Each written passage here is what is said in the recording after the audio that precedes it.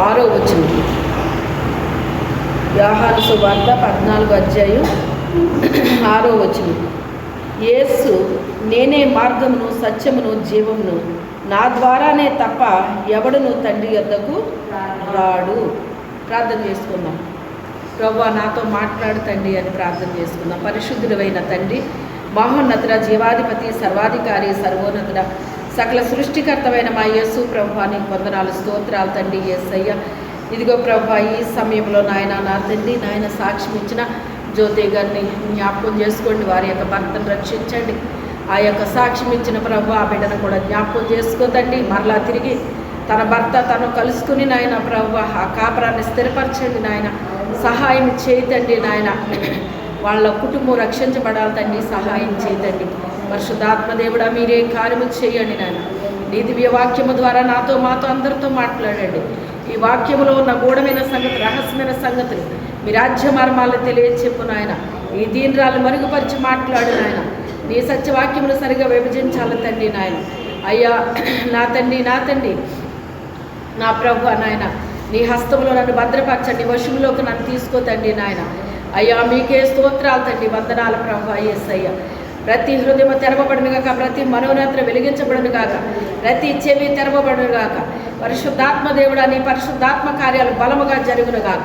సాతాను క్రియ లయపరచబడును గాక, నీ కార్యములు జరుగును గాక. సాతాను క్రియ లయపరచబడును గాక, మీ కార్యములు జరుగును గాక. సాతాను క్రియ లయపరచబడును గాక, మీ కార్యములు జరుగును గాక. పరిశుద్ధాత్మ దేవుడా, మీరే కార్యము చేయమని యేసు అతి పరిశుద్ధ నామములు అడిగి వేడుకొనుచున్నాము తండ్రి. ఆమేన్. హల్లెలూయా. యోహాను గారు ఆయన సువార్తను రాస్తూ ఆయన ఏం చెప్తున్నారంటే, యేసు ఇలా చెప్తున్నారు. ఏమనంటే, నేనే మార్గమును. ఎవరంట? నేనే మార్గమును, సత్యమును, జీవమును, నా ద్వారానే తప్ప ఎవ్వడును తండ్రి యొద్దకు రాడు అంటున్నాడు ఆయన. నేనే మార్గము అంటే, ఇప్పుడు మనము దేవుని యొద్దకు వెళ్ళాలి అంటే, మరి రాజమండ్రి వెళ్ళాలంటే ఒక మార్గం ఉంది మనకి కదండి. రాజమండ్రి ఇటు వెళ్తామా, ఇటు వెళ్తామా? ఇటు వెళ్తాం. రాజమండ్రి వస్తుందా? చెప్పండి. ఇటు వెళ్తే రాజమండ్రి వస్తుందా? రాదు. ఏమొస్తుంది? చోడవరం వస్తుంది. తర్వాత అలా తిన్నగెళ్ళిపోతే మారేడుమిల్లి వస్తుంది. అంతేగాని మనము ఏదో ఒక మార్గంలో వెళ్తే రాజమండ్రి రాదు. అలాగే దేవుని దగ్గరికి వెళ్ళాలన్నా కూడా ఒక మార్గం ఉంది. దేవుని దగ్గరికి వెళ్ళాలంటే ఒక మార్గం ఉంది. ఆ మార్గం ఏమని చెప్తున్నాడు ఆయన? నేనే. ఏమంటున్నాడు ఆయన? నేనే. ఆ నేనే అనే దాంట్లో చాలాది ఉంటుంది అన్నమాట అండి. ఏముంటుంది? మనకి అంతగా డీప్గా వెళ్ళం కనుక మనకు అర్థం అవ్వదు అన్నమాట. ఆ నేనే అన్న దాంట్లో ఎంత అర్థం వస్తుంది అంటే, ఇక వేరే మార్గం లేదు అని అర్థం వస్తుంది. ఏమొస్తుంది? వేరే మార్గాలు లేవు. ఇంకా తండ్రి దగ్గరికి వెళ్ళడానికి వేరే మార్గాలు లేవు. ఇంకా నేనే. నేనే. ఓసారి శిష్యుల్ని అద్దరికి వెళ్ళమన్నాడు. నేను వస్తాను, మీరు వెళ్ళండి అన్నాడు ఆయన. వాళ్ళందరూ వెళ్ళిపోయి ఎక్కి కూర్చున్నారట. అది బయలుదేరింది. కొంత దూరం ప్రయాణం చేసేసింది. అది రాత్రి టైము. ప్రయాణం చేస్తుంటే ఆయన కొంతసేపు ప్రార్థనలో ఉండి, వాళ్ళు వెళ్ళిన తర్వాత కొంతసేపు ప్రార్థనలో ఉండి, అందుకే మీకు ఏం చెప్తాను అంటే, త్వరగా వచ్చిన వారు ఏమైనా చర్చికి సంబంధించిన పని ఉంటే చేసేసి ఏం చేయాలి? వచ్చి మోకరించి ప్రార్థన చేసుకోవాలి. మాటలు పెట్టకూడదండి. మాటలు పెట్టకూడదు. ఎందుకు అంటే సాతానుడు ప్రేరేపిస్తాడండి. మోకరించి ప్రార్థన చేయనివ్వడు. మోకరించి ప్రార్థన చేస్తే దేవుని ఆత్మ పనిచేస్తుంది. ఇక్కడ బలముగా పనిచేస్తుంది. దేవుని ఆత్మ పని చేయకుండా ఉండాలి అంటే వచ్చిన వాళ్ళు ఏం చేయకూడదు? ప్రార్థన చేయకూడదు. వాళ్ళ మైండ్ డైవర్ట్ చేస్తాడనమాట. ఈ విషయం వీళ్ళకి తెలియదు. తెలియక ఇందులో పెద్ద తప్పేముంది, నేను మాట్లాడిన మాట తప్పేంటిది, ఇది పెద్ద అపవిత్రమైన మాట కాదు కదా, ఇది ఇంకోటి ఏం కాదు కదా అని మీరు అనుకుంటారు.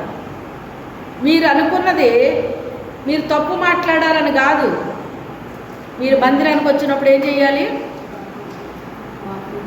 వేరే ఆలోచన ఉండకూడదు. మీకు ఏముండకూడదు? వేరే ఆలోచన లేకుండా లోపలికి వచ్చి మీరు ఏం చేయాలి? ప్రార్థన చెయ్యాలన్నమాట అండి. నేను నా దగ్గరికి వచ్చిన వారిలో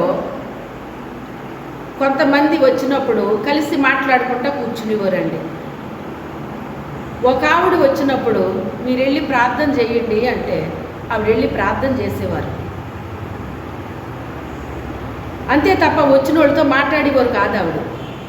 ఆవిడ ఒంటరిగా అయినా మనుషులు వచ్చినా ప్రార్థన చేసేవారు అన్నమాట. ఆవిడ ఎప్పుడైతే ప్రార్థన చేయటం ప్రారంభించారో నేను వెళ్ళేసరికి ఆ రూమ్ అంతా కూడా దేవుని యొక్క సన్నిధి ఆవరించబడిపోయేది. ఏమి ఆవరించబడేది?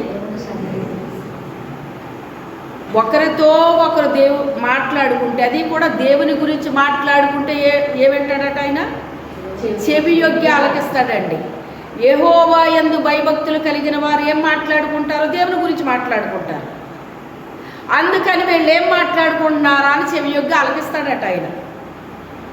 మనం పిచ్చాపాటి మాట్లాడుకుంటే దేవుడు ఆలకిస్తాడండి? అసలు ఆ సన్నిధి నేను అలా అనుభవించేదాన్ని అన్నమాట. అభిషేకంతో నిండిపోయేది ఆ రూమ్ అంతా కూడా. ఎందుకని అంటే ఆవిడ పరిశుద్ధురాలండి. ఆవిడ పరిశుద్ధురాలన్నమాట. అందుకే వేరే వేరే మాటలు మాట్లాడడానికి ఆవిడ అసలు ఇష్టపడేవారు కాదు. వెళ్ళి ప్రార్థన చేయండి అంటే ఆవిడ ప్రార్థనలోనే ఉండేవారు. దేవుని సన్నిధి ఆవరించబడిపోయేది. మీరు కూడా ఏం చెయ్యాలి? ఒకరితో ఒకరు మాట్లాడుకోకూడదు. రాగానే మీరు వచ్చింది దేవుని మందిరానికి, మీరు ఎవరింటికో వెళ్ళలేదు కలుసుకోవడానికి. నేను ఎప్పుడు చెప్తాను మీకు, మందిరానికి వచ్చినప్పుడు మందిరానికి సంబంధించిన పని ఏదైనా ఉంటే చూడండి, వచ్చి మోకరించి మీరు ఏం చేయాలి? అయ్యా నీ మందిరానికి వచ్చామయ్యా, నువ్వు మాతో మాట్లాడు నాయన, నీ బిడ్డలు వస్తారు, అందరితో మాట్లాడు తండ్రి, నీ కార్యాలు జరిగించు నాయన, నీ రక్షణ కార్యాలు జరగాలి, నీ ఆశ్చర్య కార్యాలు జరగాలి, అద్భుతాలు జరగాలి, మహత్కార్యాలు జరగాలి, ఘనకార్యాలు జరగాలి, స్వస్థత కార్యాలు జరగాలి, సాతానికి లయపరచబడాలి, నీ కార్యములు జరగాలి తండ్రి అని మీరేం చేయాలి? మోకరించి ప్రార్థన చెయ్యాలి. మీకు మోకాళ్ళు నొప్పి అయితే కూర్చుని ప్రార్థన చేయండి. అంతే తప్ప మాటలు పెట్టుకోవద్దు. సాతాను మిమ్మల్ని ప్రేరేపిస్తాడు. మీరు మాట్లాడేది తప్పు మాట్లాడుతున్నారని నేను చెప్పట్లేదు, మీరు అపవిత్రమైన మాటలు మాట్లాడుతున్నారని నేను చెప్పట్లేదు. మీ మైండ్లు డైవర్ట్ చేస్తాడు వాడు. ఎప్పుడైతే మీరు మందిరంలోకి వచ్చి దేవునితో కనెక్ట్ అయ్యారో ఈ మందిరం అంతా దేంతో నింపబడిపోద్ది? మీరు మామూలు మాటలు మాట్లాడారు అంటే సాతాను ఆవరిస్తుంది వచ్చి. ఇదే మీకు ఆనవాళ్ళం. దేవునికి ప్రార్థన చేసినప్పుడు దేవుని ఆత్మ కమ్ముకుంటుంది. మీరు మామూలు ఊరి విషయాలు మాట్లాడుకుంటే సాతానుడు కమ్ముకుంటాడు. గుర్తుపెట్టుకోండి. ఇక నేను మళ్ళీ చెప్పని మాట, బుద్ధిమంతులైతే ఒక్క మాట సరిపోద్ది మీకు, ఇంకా పదే పదే చెప్పించుకోరు. ఇక నూతన సంవత్సరంలోకి వెళ్ళడానికి కొద్ది రోజులు మాత్రమే ఉంది, ఇక మళ్ళీ చెప్పించుకోకుండా మీరు ఇంకా. ఒకవేళ చెప్పించుకునే ఉద్దేశం మీకున్నా నేను చెప్పను, ఇంకా చెప్పుతా కూర్చోండి నేను ఇంకా. అర్థమైందా?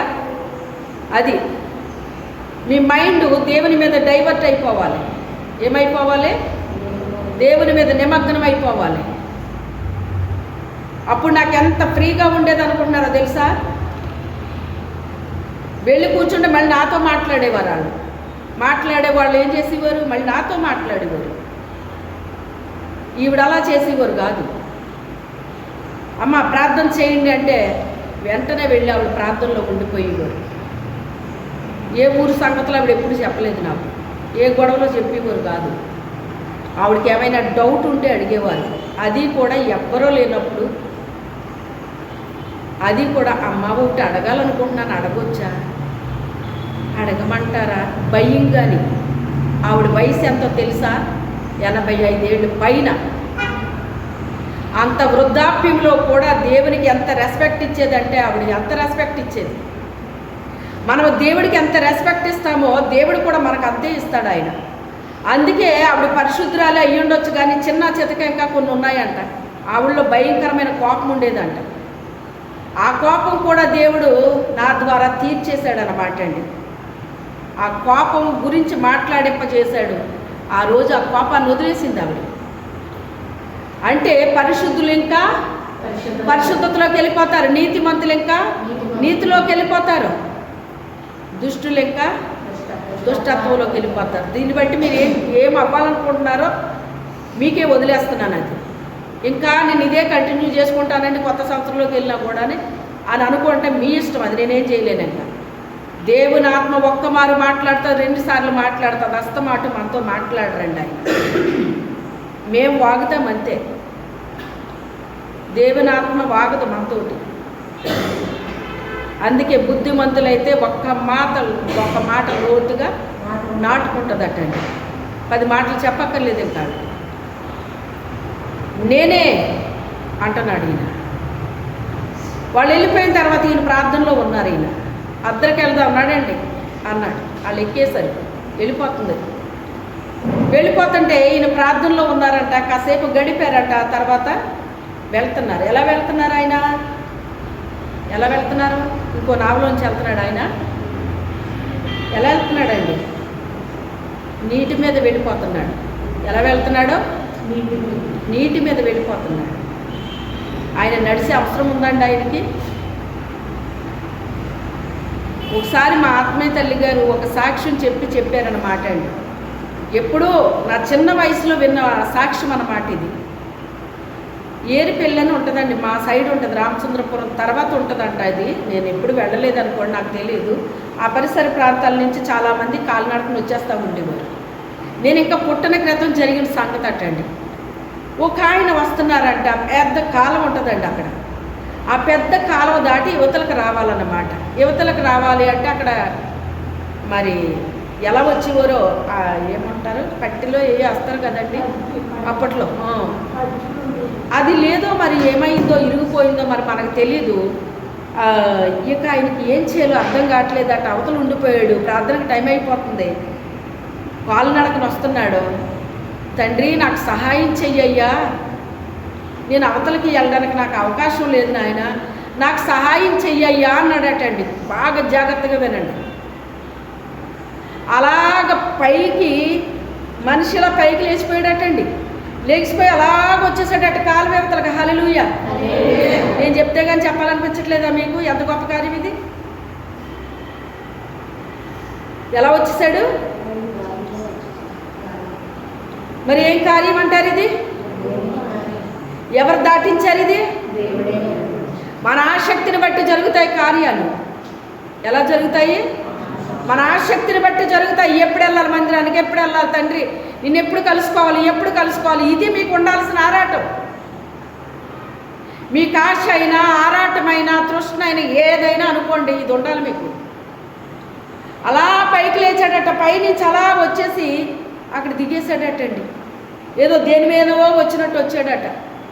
అప్పుడు వచ్చి సాక్ష్యం చెప్తే అందరూ ఆశ్చర్యపోయారటండి. అంటే దేవుడు ఏదైనా చేయగలడు. ఆయనకు అసాధ్యమైనది ఏమీ లేదండి. నీటి మీద వెళ్ళిపోతున్నాడు ఆయన. అమ్మో దెయ్యం దెయ్యం దెయ్యం అని అంటున్నారట వాళ్ళు. ఎవరో శిష్యులు. అప్పుడే చూసారా యేసు ప్రభుని? మరి ఎప్పుడు చూస్తున్నారా? వాళ్ళు రోజు చూస్తున్నారా లేదండి? అమ్మో దెయ్యం వచ్చేస్తుంది అన్నారట. ఒకడంటాడట దెయ్యం కాదురా భూతం అంటున్నాడంట. ఇంకొకడు దెయ్యం అని కొంతమంది, భూతం అని కొంతమంది ఇలా మాట్లాడుతుంటే ఆయన అంటాడు కదా, భయపడకండి నేనే. ఏమన్నాడు ఆయన? నేనే.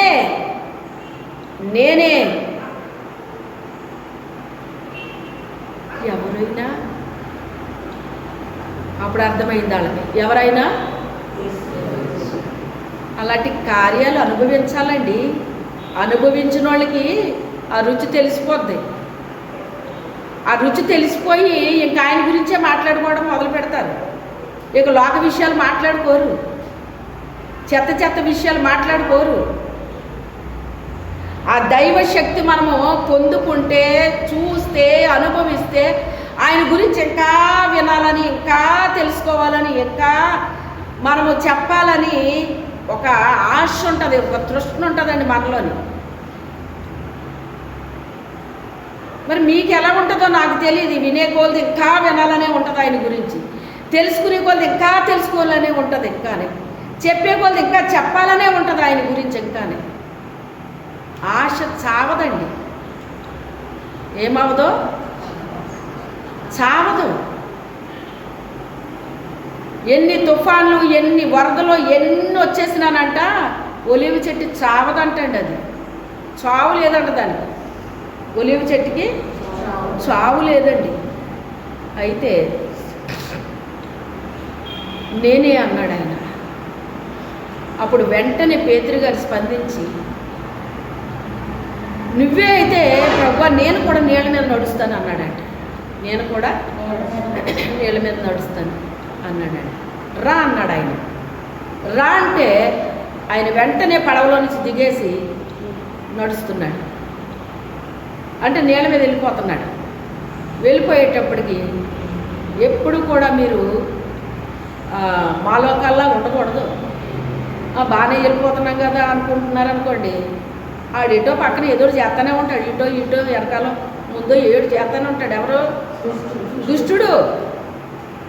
గాలేసిందంట. గాలి అంటే అర్థం ఏంటి మీకు?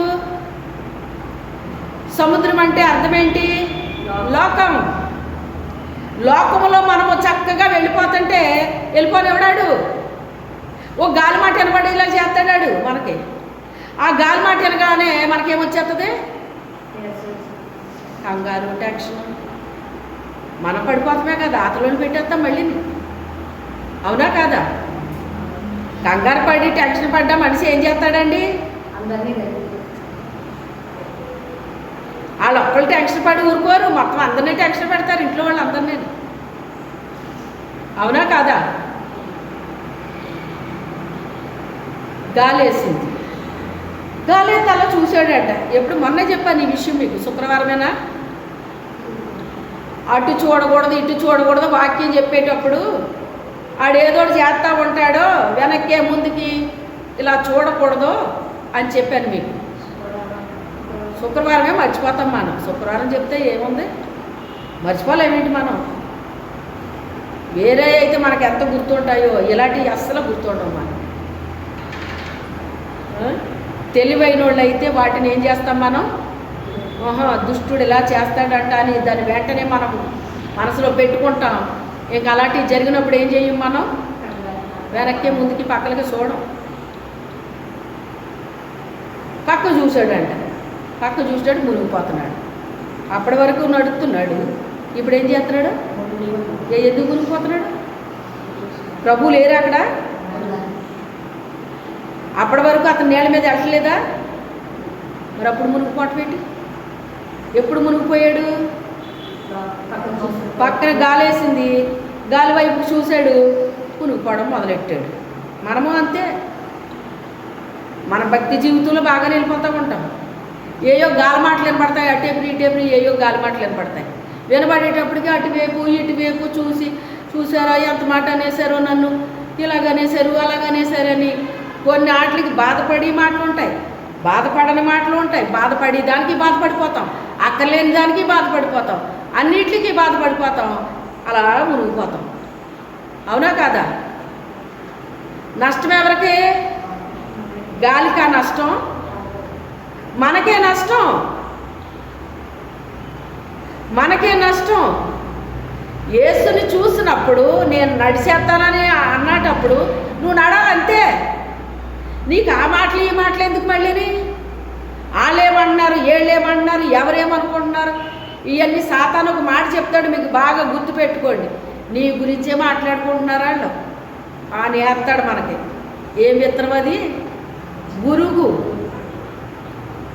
పరిశుద్ధాత్మ దేవుడు మంచి విత్తనాలు చల్లిస్తాడు మాతోటి. ఏమేస్తాం మేము? మంచి విత్తనాలు చల్లుతాం. దుష్టుడు ఏమేస్తాడు? గురుగులు వేస్తాడు అన్నమాట. ఇప్పుడు సపోజ్ మీకు చెప్తున్నాను, మీరు ఎవరైనా నవ్వుకుంటారో, నవ్వుకున్నప్పుడు ఏం చెప్తాడో తెలుసా? నీ గురించే నవ్వుకున్నారంటాడు. ఇప్పుడు నాకు అవన్నీ ఏం పట్టించుకొని నేను, నాకు కొత్తలోనమాట. స్టార్టింగ్లో ఎలా ఉంటుందంటే వాళ్ళ నవ్వుకుంటే నీకోసమే నవ్వుకున్నారంటాడు వీడు. ఎందుకని? మనల్ని డిస్టర్బ్ చేయడానికి. వాళ్ళు ఎందుకో నవ్వుకున్నారు, వాళ్ళు ఏదో జరిగింది అక్కడ. కానీ ఈడేం చెప్తాడు ఇక్కడ? నీ గురించే మాట్లాడుకుంటున్నారు, నీ గురించే నవ్వుకుంటున్నారు అని ఇలా అనేటప్పటికీ మన ఎంత ఎర్రోళ్ళు అంటే మనం అంత ఎర్రోళ్ళు ఉంటారన్నమాట. అమ్మో నిజమే, నా గురించే మాట్లాడుకుంటున్నారా, నా గురించే నవ్వుకుంటున్నారు అని ఇక ఒక రకమైన బాధ బాధ బాధ, చింత, దుఃఖం, విచారం. ఇది ఏమన్నా అవసరమైందేనండి? ఇది అనవసరమైన దాంతో ఏమేశాడు? ఇప్పుడు నిన్ను నింపేశాడు అన్నమాట. నువ్వు ఎంత వెర్రిదా నువ్వు కాకపోతే నిన్ను అలా వాడుకుంటున్నాడు. దుష్టుడు వాడుకుంటున్నాడని ఏమన్నా అర్థమవుతుందా? ఇలా వేస్తాడండి. ఆ బాణాలు నా మీద కూడా సంధించాడు కనుక మీకు చెప్తున్నాను నేను. కొత్త కొత్త టైముల్లో ఇలాగే ఉంటాయండి. అందుకే ఇలా పాట పాడినా, బోధించినా, మీటింగుల్లో అది ఒకవేళ పాట ఇచ్చినా, నాకు ప్రార్థన ఇచ్చినా, ఏమి ఇచ్చినా, నేను ఇలా పాడుతుంటే మనుషుల వైపు చూడకుండా నేను ఎక్కడికో దూరాన్ని చూసుకుంటా పాడుకునేదాన్ని. నాకు ఇచ్చిన పాట అలా పాడేదాన్ని, లేకపోతే కళ్ళు మూసుకుని పాడేదాన్ని అన్నమాట. ఈ గొడవ అంతా ఎందుకు? ఇంకా ఇప్పుడు ఎవరో ఒకరు నవ్వుకుంటారండి, ఎవరో ఏదో అనుకుంటారు, అది నీ గురించి అని ఈడు చెప్తాడు. ఈ టెన్షన్ అంతా నాకు అవసరమా, ఇంకెందుకు వచ్చిన గొడవ అని చెప్పేసి కళ్ళు మూసుకుని పాడేదాన్ని అనమాట. లేదు అంటే ఎక్కడికో చూసుకుంటా పాడేదాన్ని. అప్పుడు ఆడు ఊరుకుంటాడా? ఎవరో ఒకడు అదేంటి ఆవిడ పాట ఎలా పాడతారేటి, ఎక్కడికో చూసుకుంటా పాడతారేటి, మళ్ళీ ఇంకోటి వేస్తాడు. మనం ఎక్కడికో చూసుకుంటా పాడుతున్నాం, ఎందుకు పాడుతున్నాం? మరి ఇక్కడ చూస్తే వీళ్ళు ఏదో నవ్వుతున్నారు, ఏదో మాట్లాడుకుంటున్నారు కదా, నీ గురించే అని చెప్పాడు. అమ్మ నా గురించేనా? అయితే ఇంకేళ్ళు ఎంక చూడకూడదని మనం ఎక్కడికో చూసుకుంటే అలా వదిలేస్తాడా మనల్ని? వదలడు. ఏమన్నాడు? అక్కడెక్కడో చూసుకుంటా పాడుతుంది ఆవిడ పాట. మనుషులు చూడాలి కానీ ఎక్కడో చూసుకుంటుందేంటి అని మళ్ళీ ఇలాంటిది వినపడ్డది. నేను ఎక్కడ చూసుకుంటా వాళ్ళకెందుకు? ఇప్పుడు నేనేం చేస్తున్నాను? నేను ఒక సాధన చేసుకుంటున్నాను. ఇప్పుడు నిన్ను చూసే నవ్వుతున్నారు, నీ పాట వాళ్ళకి నవ్వు వచ్చేస్తుంది, లేకపోతే నీదేదో నవ్వు వచ్చేస్తుంది వాళ్ళకి, లేకపోతే నీ గురించి ఏయో జోకులు వేసుకుంటున్నారు వాళ్ళు. మరి ఇలా చెప్తున్నాడు కదా సైతాన్ నాకు. ఎవరికైనా ఇలాంటి మాట వినపడితే ఎలా ఉంటుంది చెప్పండి మీకు? అసలు అలాంటి తలం మీకు వచ్చిందనుకోండి, మీకేమనిపిస్తుంది? బాధ కట్టలు తెంచుకుని వచ్చేది. అంత సాధన చేశానన్నమాట అండి. ఈ రోజుని మీరు పక్క నవ్వుకున్నా నేనేం పట్టించుకోను, మీరు ఏం చేసినా నేను పట్టించుకోను. ఏం చేశాను? ఇప్పుడు జయించాను. ఏం చేశాను? జయించాను. నా గురించి నా మొహం మీద మాట్లాడుకున్నా నేను పట్టించుకోలేనంత స్థితిలోకి దేవుడు నన్ను తీసుకొచ్చాడు. హల్లెలూయా. మాట్లాడుకొని ఏం మాట్లాడుకుంటారు? నా గురించి మాట్లాడుకొని జయించే శక్తిని ఇచ్చాడనమాట. ఎప్పటి వరకు అలాంటివి మనకు జరుగుతాయి అంటే మనకు జయించేంత వరకు జరుగుతాయి. మన ముందుకు తీసుకొస్తాడు దేవుడు. అలాంటివన్నీ ఏం చేస్తాడు? మన ముందుకు తీసుకొస్తాడు. జయించాల్సింది నువ్వే. దుష్టుడేమీ మానేయుడు. వాళ్ళు కాకపోతే ఇంకొకరు కాకపోతే ఇంకొకరు వాడుకుంటాడాడు. జయించాల్సింది నువ్వు. ఎవరో నీ గురించి మాట్లాడుకుంటున్నారని, ఎవరో నేను చూసినవారని, ఇలాంటి అనుకునేది నీలో పోవాలి ముందు. ఎవరేమనుకుంటే నాకేంటి, ఎవరేం చేసుకుంటే నాకేంటి, నా ప్రభువు గురించి నేను పాడతాను, నా ప్రభువు గురించి నేను ప్రార్థిస్తాను, సాక్ష్యమిస్తాను, బోధిస్తాను అనేటువంటి ధైర్యం మనకు వచ్చేసేయాలి. హల్లెలూయా. ఆ జయము మనకు వచ్చేంత వరకే ఇవన్నీ జరుగుతాయండి. ఇది జయించేసామనుకోండి, ఇంక మనం పట్టించుకున్నప్పుడు ఆడేం బాధ పెడతాడు మనల్ని? ఇంకా బాధ పెట్టినా మనం పట్టించుకోవట్లేదు కదా. పట్టించుకుంటేనే కదండి ఎవరైనా బాధపడేది. పట్టించుకున్నప్పుడు ఇంకేం బాధపడతాం మనం? కాకపోతే వాడు ఆ ట్రిక్ కాకపోతే ఇంకోటి ఉపయోగిస్తాడు, అది కాకపోతే ఇంకోటి ఉపయోగిస్తాడు. అయితే తెలియాల్సింది మనకే ఏ ట్రిక్ ఎలా ఉపయోగిస్తున్నాడు అనేటువంటిది. ఇది దుష్టుడు ఉపయోగిస్తున్నాడో నన్ను డిస్టర్బ్ చేయడానికి అనేటువంటిది మనం గ్రహించాలి. దాన్ని మనం గ్రహించినప్పుడు దాన్ని జయిస్తాం, ముందుకు నడుస్తాం. హల్లెలూయా. నా జీవితంలో నాకు అది జరిగిందండి. ప్రతి దాన్ని జయించాను. హల్లెలూయా. చెప్పాను, మొన్న ఆదివారం ఎప్పుడో ఎగతాళి, మీ ప్రార్థన వల్ల జరగలేదు, జరిగేదాకా ప్రార్థన చేయండి అంటారు, జరిగాక మీ ప్రార్థన వల్ల కాదంటారు. అలాంటి ఎన్నో చూశాను నేను.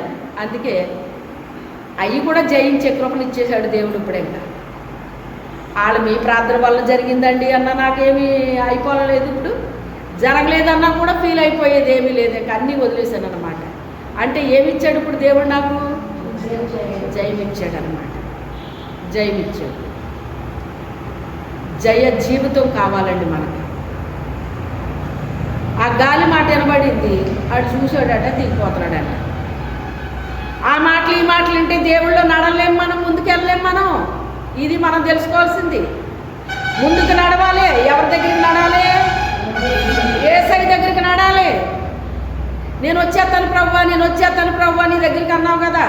మరి నేను వచ్చేస్తాను అన్నటప్పుడు నువ్వు ఎక్కడ నడాలి? నువ్వు ఆయన్ని చూసుకుంటా నడాలి. ఇటు గాలెత్తి ఇటు చూసి, అటు గాలెత్తి అటు చూసి, ఇటు శబ్దం వస్తే అటు చూసి, ఇటు శబ్దం వస్తే ఇటు చూస్తే నువ్వు ముందుకు ఎలాగెళ్తావు? ఇంకా అవన్నీ కామన్. అయ్యి గాలేయటము కామనే, చప్పుళ్ళు కామనే, అన్నీ కామనే. కానీ మనం ఏం చేయాలి? వాటన్నిటిని ఓవర్కమ్ చేసి ముందుకు వెళ్ళాలి. హల్లెలూయా. కనీసం వాళ్ళు చెప్పుకున్న మాట మనకు వినబడినా కూడా దాన్ని ఏం చేసుకోవాలి? మనం జయించి ముందుకు వెళ్ళిపోవాలి. అప్పుడే ఆయన రీచ్ అవుతాం, లేకపోతే అవలేం మనం. ఇది లోకం. ఇది లోకములో ఉన్నవాడి కంటే మీలో ఉన్నవాడు ఆ గొప్పవాడిని మనము కలిగి ఉన్నటప్పుడు ముందుకే వెళ్ళిపోతాం.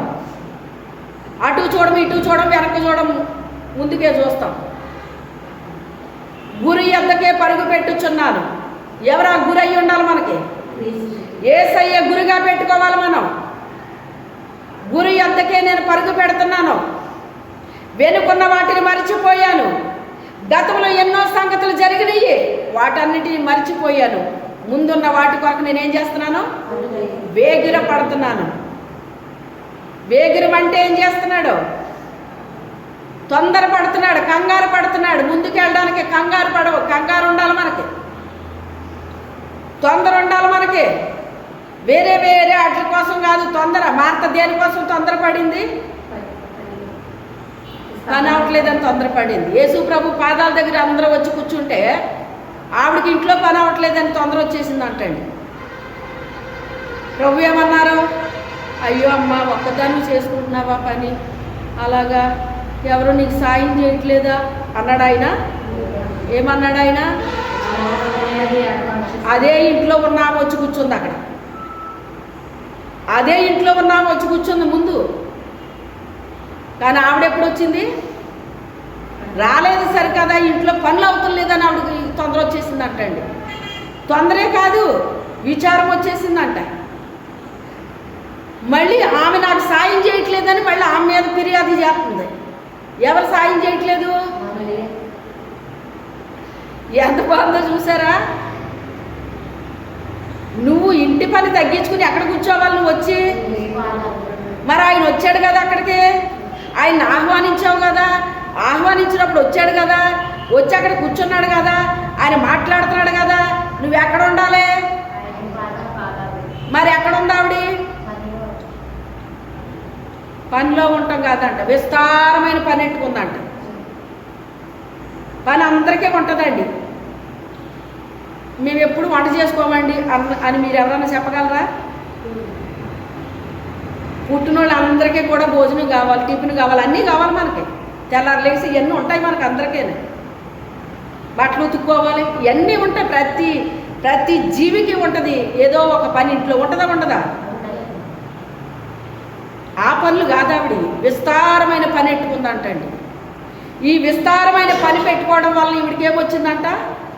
విచారం వచ్చిందంట, తొందర వచ్చిందంట. ఆవిడ ఆ మరియని డిస్టర్బ్ చేసింది, పలుమార్లు డిస్టర్బ్ చేసింది. డిస్టర్బ్ చేస్తే డిస్టర్బ్ అయింది. ఆవిడ డిస్టర్బ్ చేసింది. ఎందుకంటే కొన్ని సంకేతాలు ఉంటాయి అవతల వాళ్ళని డిస్టర్బ్ చేయడానికి. ఏముంటాయి? ఎవరు డిస్టర్బ్ చేస్తున్నారో వాళ్ళకి తెలుస్తుంది, కానీ ఎదరోళ్ళకి తెలియదు. ఇంకా అవునా కాదా? మనకు తెలవయి, వాళ్ళకి తెలుస్తాయి. డిస్టర్బ్ చేసింది కానీ ఆమె డిస్టర్బ్ అవ్వలేదు. వచ్చి ఏసఐ దగ్గర కూర్చుందంట. వెనకాల కూడా కూర్చోలేదంట, పాదాల దగ్గర కూర్చుందంట. వచ్చి పాదాల దగ్గర కూర్చుంటే ఇంక ఇది కాదు పని అని ఎవరిని డిస్టర్బ్ చేసింది? వచ్చి నేరుగా ఆయన దగ్గరికి వచ్చేసింది. అంట ఇక దీన్ని డిస్టర్బ్ చేసే పని లేదు, కానీ ఇది కదిలీలాగా ఏమీ లేదు, కానీ రాయిలా తయారైంది. ఇది ఏకంగా ఆయన దగ్గరికే పోదామని ఆయన దగ్గరికి వచ్చేసింది అనమాట. ఆయన దగ్గరికి వచ్చేసి, ప్రభువా నేను ఇంత పని చేస్తుంటే నీకు విచారం లేదా? ఇప్పుడు ఎవరు విచారించాలంట? ఈవిడ కోసం ఈయన విచారించాలంట. అయ్యో నా బిడ్డ ఎన్ని పనులు చేస్తుందో అని ఇప్పుడు యేసు ప్రభు ఎవరి గురించి విచారించాలంట? నీకు ఆ పనులు అవసరమైతే యేసు ప్రభు మన గురించి విచారిస్తాడు. ఆయన నీకు అన్ని పనులు అవసరం లేదు, ఆ టైంలో అవసరం లేదు. ముఖ్యంగా ఆదివారం అన్ని పనులు ఎట్టుకోకూడదు నువ్వు. శుక్రవారం అన్ని పనులు ఎట్టుకోకూడదు నువ్వు. నియమించబడిన కూటమి ఏది మందిరంలో జరిగినా విస్తారమైన పని పెట్టుకోకూడదు నువ్వు. పని కొంచెం తగ్గించాలి నువ్వు. ఆ రోజు తగ్గించవలసింది పోయి పెంచుకుంది. ఆవిడ పెంచుకుంది. ఆమెకి నెమ్మది లేదు. ఆమెని గలిబిలి చేసింది.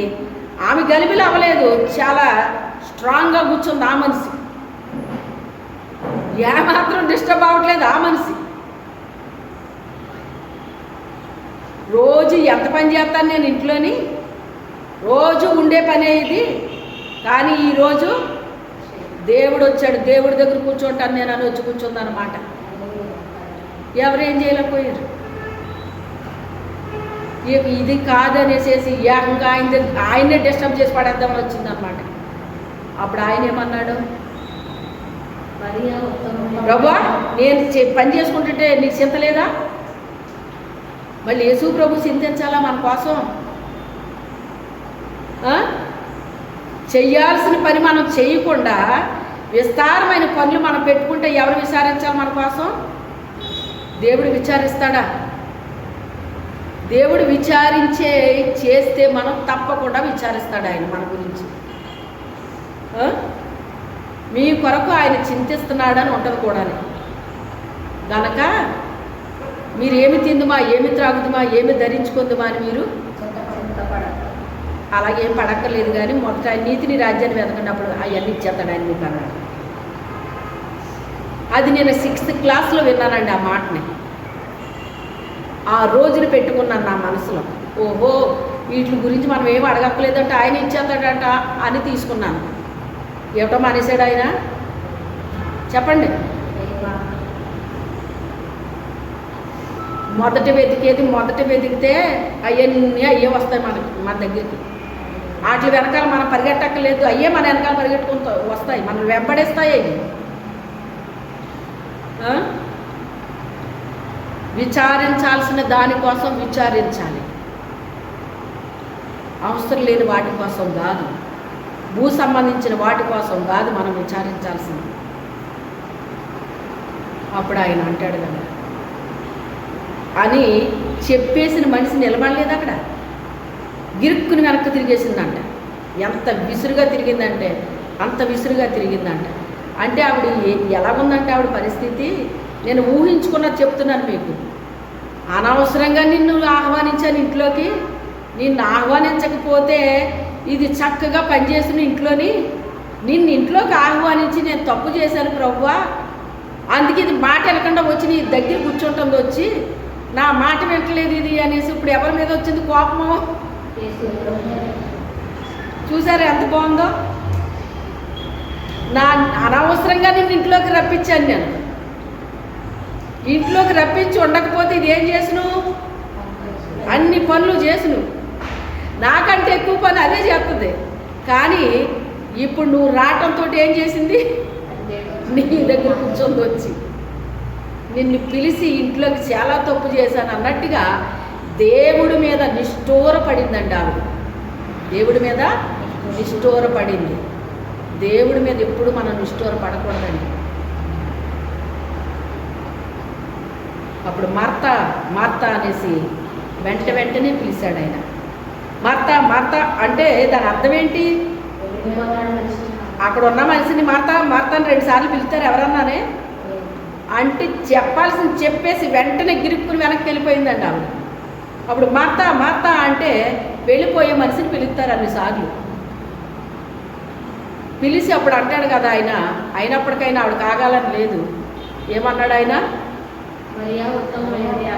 ఆమె ఉత్తమమైన దాన్ని ఏర్పాటు చేసుకుంది, అది ఆమె యొద్ద నుంచి తీసివేయబడదు అంటే ఇంకంతే. ఇక ఖచ్చితంగా చెప్పేశాడు ఆయన. ఇంకా అది ఆమె యొద్ద నుంచి తీసివేయబడదు. ఎలాంటిది కోరుకుందంట ఆమె? ఉత్తమమైన దాన్ని ఏర్పాటు చేసుకుంది. మనం ఏమి ఏర్పాటు చేసుకుంటున్నాం? ఉత్తమమైన దాన్ని ఏర్పాటు చేసుకున్నామా? పనికి మాలిని అన్నీ ఏర్పాటు చేసుకుంటున్నాము. అవసరానికి ఏది అవసరమో అది గుర్తించగలగాలి మనం. మొదట ఏది అవసరం మనకి? మనల్ని సృష్టించిన మన దేవుడు మనకు అవసరం. ఆయన్ని పిలిచాము, వచ్చాడు ఆయన. వచ్చినప్పుడు ఆయన దగ్గర కూర్చోవాలి మనం. అప్పుడు విస్తారమైన పనులు పెట్టుకోకూడదు. మనం ఉన్న పని టకా టకా ఎలాగోలా చేసి ముగించుకుని వచ్చేసేయాలి. ఏం చెయ్యాలి? ముగించుకుని వచ్చేయాలి. అంతేగాని విస్తారమైన పనులు పెట్టుకోకూడదండి. పనులు చెయ్యాలి కానీ మనకి 24 గంటలు కూడా సరిపోవు. అవునంటారా కాదంటారా? సరిపోవండి.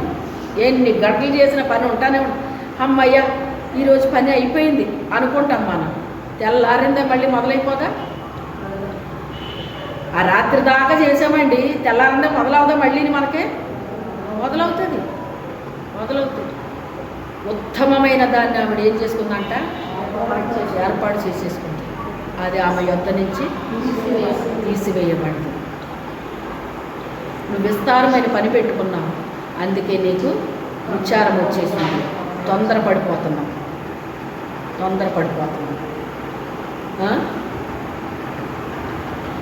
విచారాలు, చింతలు, దుఃఖాలు వేరే రకంగా రావడం వేరు.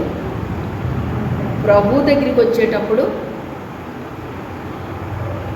పెట్టుకోవడం వేరు. అది అనవసరమైన దుఃఖము, చింత, విచారం అండి. అందుకే ఆయన ఏం చెప్తున్నాడంటే, ఇలాంటి జనులకి అనవసరంగా దుఃఖపడిపోతున్నారంట, విచారపడిపోతున్నారంట, చింతపడిపోతున్నారంట, తొందరపడిపోతున్నారంట, నెమ్మది లేదంట వాళ్ళ హృదయాల్లోని. అలాంటి ప్రజలకు ఏమని చెప్తున్నాడంటే, ఫిలిప్పీలకు రాస్తూ పౌలు గారు 4వ అధ్యాయం 4వ వచనంలో ఏమని చెప్తాడంటే, ఎల్లప్పుడూ సంతోషంగా ఉండండి. అంటే దేవుడు ఏం కోరుకుంటున్నాడు? మనల్ని ఎల్లప్పుడూ సంతోషంగా ఉండాలని కోరుకుంటున్నాడు అన్నమాట. ఎల్లప్పుడూ సంతోషంగా ఉండాలి అంటే దుఃఖం వచ్చే పరిస్థితులు జరగవా? జరుగుతాయి.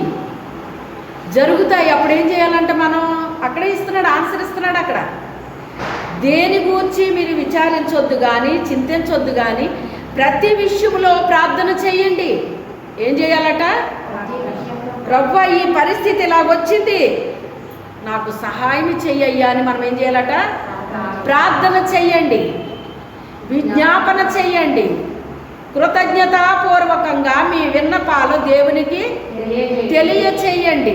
కృతజ్ఞతాపూర్వకంగా అనే మాట అక్కడ ఎందుకు వాడాడు? గతంలో నీ జీవితంలో చాలా చేసేసాడు ఆయన. దానికి నువ్వేం చేయాలి? కృతజ్ఞత అనేటువంటిది నీ జీవితంలో ఉండాలి. మీరు ప్రార్థన చేసినప్పుడు మీరు ఉపయోగిస్తారో లేదో నాకు తెలియదు, కానీ నేను ఉపయోగిస్తాను ఈ మాట బాగానే. ప్రభువా, నా తల్లి కడుపులో నువ్వు వేసుకుని అప్పటి నుంచి ఎప్పటి వరకు కూడా నా జీవితంలో ఏం చేస్తున్నావు? నువ్వు నాకు సహాయం చేస్తున్నావు, నాకు సహాయము చేస్తున్నావు అని దేవుని కృతజ్ఞతలు చెప్పుకుంటానండి. ఒక్కొక్కసారి చాలా వేదన వచ్చేస్తుంది అన్నమాట అండి. ఇన్ని కార్యాలు చేసావు తండ్రి నా జీవితంలో, ఏం చూసి చేసావయ్యా ఇన్ని కార్యాలు నాయన? ఏ యోగ్యత ఉంది నాలో, ఏ అర్హత ఉంది నాలో, ఏం చూసి చేసావు ఇవన్నీ? ఇన్ని కార్యాలు నా జీవితంలో చేసావయ్యా, చేస్తున్నావయ్యా, ఇంకా చేస్తావు, మీకు స్తోత్రాలు తండ్రి అనేసి గుండెల నిండా దుఃఖముతో గొంతు పూడిపోయి మాటలు రావు, కళ్ళ నీళ్ళు కారిపోతూ ఉంటాయండి. అట్టి రీతిగా దేవుడికి కృతజ్ఞతలు ఒక్కొక్కసారి చెల్లించుకుంటూ ఉంటాను. అంటే దీన్ని బట్టి మీకు ఏమర్థమైంది? దేవుడు మన జీవితంలో చేసింది అది చిన్నదైనా పెద్దదైనా ఎప్పుడు కూడా మనం దాన్ని మర్చిపోకూడదండి. మనిషికి మర్చిపోయే గుణం ఉంటుంది, కానీ మనం మర్చిపోకూడదు. ఏదైనా మర్చిపోవచ్చు అంట, కానీ దాన్ని మర్చిపోకూడదంటండి. దేవుడు చేసింది ఏది కూడా మర్చిపోకూడదండి. అదే చెప్తున్నాడు అక్కడ. కృతజ్ఞతాస్తుతులు చెల్లించండి. సమస్త జ్ఞానానికి మించిన దేవుని యొక్క సమాధానము మీ హృదయాలకి తలంపులకి అది. ఇలాగ ఎవరైతే చేస్తారో వాళ్ళ హృదయానికి తలంపులకి కావలి ఉంటుందని చెప్తున్నాడు అన్నమాట. ఎవరమైతే ఇట్టి రీతిగా ఉన్నామో వాళ్ళ హృదయానికి తలంపులకి దేవుడు ఏం చేస్తాడట? తన కాపుదలని ఇచ్చేస్తానంటున్నాడు. హల్లెలూయా. తన కాపుదలని ఇచ్చేస్తాడట మనకి. ఎందుకని? మనం దుఃఖంతో ఉండటం ఆయనకి ఇష్టం ఉండదు, మన విచారంతో ఉండడం ఆయనకి ఇష్టం ఉండదు, మన వేదన పడడం ఆయనకి ఇష్టం ఉండదు, ఏడుస్తూ ఉండడం ఆయనకి ఇష్టం ఉండదు. ఎలా ఉండాలని ఆయన ఆశపడుతున్నాడు? మనం ఎల్లప్పుడూ సంతోషంగా ఆనందంగా ఉండాలని ఆయన కోరుకుంటున్నాడు. ఒకవేళ మీ జీవితంలో అలాంటి పరిస్థితులు వస్తే ఆయనకి చెప్పుకోండి అని చెప్తున్నాడు. అక్కడ ఆన్సర్ అక్కడే ఇచ్చాడు మనకి. గతంలో చాలా చేశాడు మీ జీవితంలో, వాటన్నిటికీ కృతజ్ఞతాస్తుతులు చెల్లించండి. అప్పుడు దేవుని యొక్క సమాధానము యేసుక్రీస్తు వలన మీ హృదయాలకి తలంపులకి కావలి ఇచ్చేస్తాడట మనకి. మన హృదయానికి తలంపులకి కూడా కాపుదల దేవుడు ఇవ్వడం అంటే అది ఏమన్నా చిన్న విషయం అండి? అది చిన్న విషయం కాదండి. అంటే జయిస్తామన్నమాట. అప్పుడు ఏం చేస్తాము? వాటన్నిటిని జయించే శక్తిని ఇచ్చేస్తాడు మనకి. అంటే ఫ్రీ అయిపోతాం అన్నమాట అండి. ఎంతలో అయిపోతాం మనం ఫ్రీ? నువ్వు ప్రార్థన ఎంతసేపు చేస్తావు, నువ్వు విజ్ఞాపన ఎంతసేపు చేస్తావు, కృతజ్ఞతాస్తుతులు ఎంతసేపు చేస్తావు, ఆ తర్వాత ఏమొచ్చేస్తుందంట మనకి? దేవుని కాపుదల వచ్చేస్తుందంట. అంటే ఈ ప్రార్థన అంతా కలిసి, ఇవన్నీ కలిసి, అది నువ్వు నిమిషాల్లోనే చేయొచ్చు, నువ్వు గంటలోనే చేయొచ్చు, నువ్వు ఎంతసేపులో చేస్తావో నాకు తెలియదు, కానీ ఉదయాన్నే ఒక గలిబిలి నాలోకి వచ్చేస్తుందన్నమాట అండి. సైతాన్ గారు ఊరుకుంటాడండి. మరి వేళ ఆదివారం కదా, నేను వచ్చి వాక్యం చెప్పాలి కదా, నేను డిస్టర్బ్ అయిపోతే నేనేం చెప్తాను మీకు? అందుకని ఆయన నన్ను డిస్టర్బ్ చేయడానికి, నాకు దుఃఖం కలిగేసి, నాకు బాధ వచ్చేసి, నేను బాగా బాధపడుకుంటా, నా గుండెల నిండా దుఃఖం బాధతో నేను ఉంటే నేను ఏమన్నా చెప్పగలనా మీకు? వేసాడు, ఓ బాంబు వేసాడండి. ఓ బాంబు వేసేత నేను ఊరుకుంటానా? తిరిగి ఆడ మీద వేసాను. అంతే మరి చెయ్యాలి. మీరు ఏం చెయ్యాలి? లేదు అంటే ఇంకో పని చెయ్యాలి. మీరు విశ్వాసం ఉంచాలి. ఏముంచాలి? దుష్టుడు వేసిన అగ్ని బాణాన్ని ఆర్పడానికి మనం శక్తి కలిగిన వారంగా ఉండాలంటే విశ్వాసం అనే డాలను పట్టుకోమన్నాడు. ఆడేసాడు, అది మనకు తగలకుండా దాన్ని ఏం చేయాలి? మనం అలా పట్టుకున్నాం అనుకోండి, అంతే, దానికి తగిలేది ఆరిపోతుంది. సింపుల్ కదా, ఇది బాగుంది కదా. అది తిరిగి బాంబు వేసే కంటే ఇది పట్టుకుంటమే బాగుంది కదా, అవునా కదా అండి? ప్రభువా అన్నాను అంతే, ఇంకేమీ అనలేదు. ఏంటి ప్రభువా అన్నాను అంతే, వెంటనే అలా తీసి పారేసినట్టు అయిపోయిందండి క్షణంలోని. అంతే హ్యాపీగా వచ్చాను ఇప్పుడు నేను. మళ్ళీ ఇంకో బాంబు పేల్చాడు. అలాగే ఆడు ఎత్తనే ఉంటాడండి, ఏదోటి ఎత్తనే ఉంటాడండి. కాకపోతే మనం మెలకువగా ఉండాలి. మన ఆత్మ జీవితంలో ఎలా ఉండాలి? మెలకువగా ఉండాలి, మెలకువగా ఉండాలి. ఆడేటివేమీ మానేడు. ఆడు ఎప్పుడో ఎత్తాడని మీరు అనుకోకండి. వేళ ఆదివారం కాదా, ఈవేళ చాలా ప్రశాంతంగా వెళ్ళి రావచ్చని ఎప్పుడు అనుకోకండి. మీరు వచ్చేదాకా పడతాను ఉంటాయి. అవసరమైతే ఇంకా చెప్పనా, మీరు స్విచ్ ఆఫ్ అయిపోతే ఫోనుల్లో కూడా వచ్చి పడతా ఉంటాయి మీకు, తెలుసా? అందుకే మీరు ఏం చేయాలి? ఫోన్లు స్విచ్ ఆఫ్ అన్నమాట.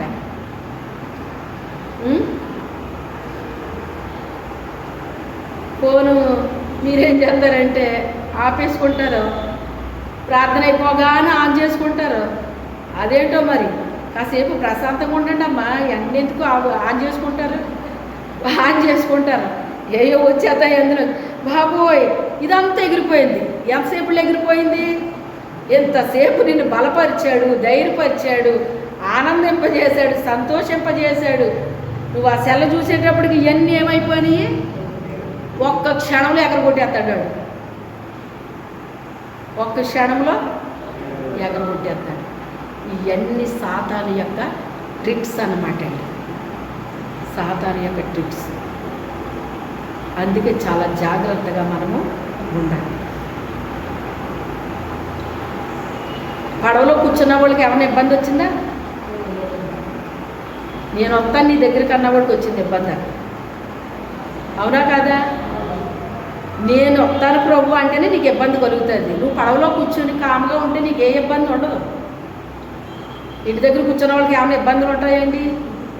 వాళ్ళకి ఏమి ఉండవు. వాళ్ళకి ఏం వండుకుంటే బాగుంటుంది, ఎలా వండుకుంటే బాగుంటుంది, ఎప్పుడు ఒకే టైపు కాదు, ఈరోజు ఇంకో టైప్లో వండుకుందాము, ఇలాగా అలాగా ఈ ఆలోచనల మీద ఉంటారు వాళ్ళు, అవునా కాదా? దేవుడు నీకు ఎక్కడ బిర్యానీ పెడతాడు, ఇది తిని నువ్వు హ్యాపీగా వెళ్ళాలి.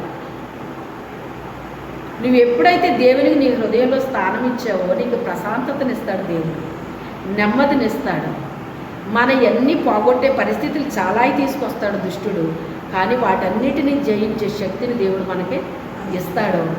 కొన్నేమో మన దగ్గరే ఉండాలి. ఏంటయ్యి? ఈ విశ్వాసం అనే డాల్ ఉండాలి, రక్షణ అనే శిరస్త్రాణం ఉండాలి, వాక్యం అనే ఖడ్గం ఉండాలి, సమాధాన సువార్త అనే జోడు ఉండాలి, నీతనే మైమరు ఉండాలి. ఇవన్నీ మనం కలిగి ఉండాలండి. ఇవన్నీ మనం కలిగి లేకపోతే చిత్తుగా ఓడించి పడేస్తాడు మనల్నాడు. తెలుసా మీకు ఆ సంగతే? యుద్ధంలో నిలబడ్డవాడికి ఆతలోడేమో అన్నీ ధరించుకుని వచ్చేస్తున్నాడండి. మనమేమో పెద్ద హీరోలకు చేతులు ఊపుకుంటా వెళ్తే ఎలా ఉంటుందాడు? చేతకొట్టి చెవులు మూసాడు అతలోడు వచ్చి. మరి ఏదో ఒకటి ఉండాలి కదా మన దగ్గర. దావీదు దగ్గర ఏమన్నా ఆయుధాలు ఉన్నాయా? ఏమీ లేవు. అతను నేర్చుకున్నది ఒకటే, ఒడిసెల అదొక్కటే అతను నేర్చుకున్నాడు, అది తనకు అలవాటు అయ్యింది. వీళ్ళ దగ్గర ఖడ్గాలు ఉన్నాయి, అన్నీ ఉన్నాయి.